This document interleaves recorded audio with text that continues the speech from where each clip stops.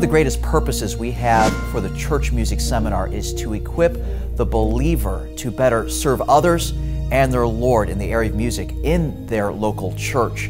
And not just talking about equipping people in the area of nuts and bolts of technique and how-tos, although that is very practical and it is something that we do. It's the philosophy. You get a biblical philosophy of music. You get a biblical philosophy of how the church functions and the role of music in the church and how vitally important it is for music to happen in the church, from the congregational singing to the choir to the special music to the instrumental music that takes place during offertories and even during the invitations. And our delegates get to leave with a whole wealth of practical nuts and bolts, but also something internal as well that will just simply work its way out over time. Another purpose that we had for having this music seminar is to help people to understand the why of Christian music. There's a lot of issues that are taking place right now in our circles, and people need to understand the reason behind the decisions that we make in terms of appropriate music and what is inappropriate music. Each time that we take a look at an issue that comes up, we need to understand the biblical reason for the positions that we hold.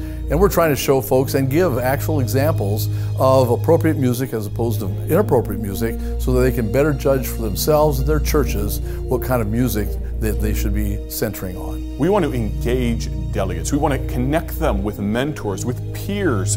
We want to look back at great truth that has been handed to us and do our best to pass that on to the next generation. One of the purposes of the Church Music Seminar is to establish strong foundations of church musicianship.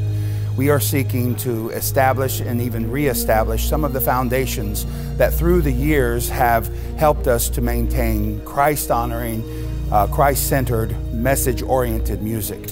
In many ways, those have been lost, and we're seeking to not only build them up again, but also to build them in a way that they will be able to last for generations to come. One of the needs that I wanted to meet while coming to this music seminar here at the Providence Baptist College was to become more proficient in the way that I directed church music. And from Brother Early, Brother Micah, of course Brother Hall and Brother Hallberg, I was able to meet that need. I would highly encourage anybody that has any type of musical ability or that has a desire to be a servant in this area of their church music program and being a blessing to their pastor to be able to attend this church music seminar next year. A couple of great benefits that I've been able to find from the conference this week has been being able to kind of hone in some of my song leading skills. I have the privilege of being able to lead the music at my church, and it's a great blessing to be able to hear a lot of things that I've already learned, a couple things that I needed to be reminded of,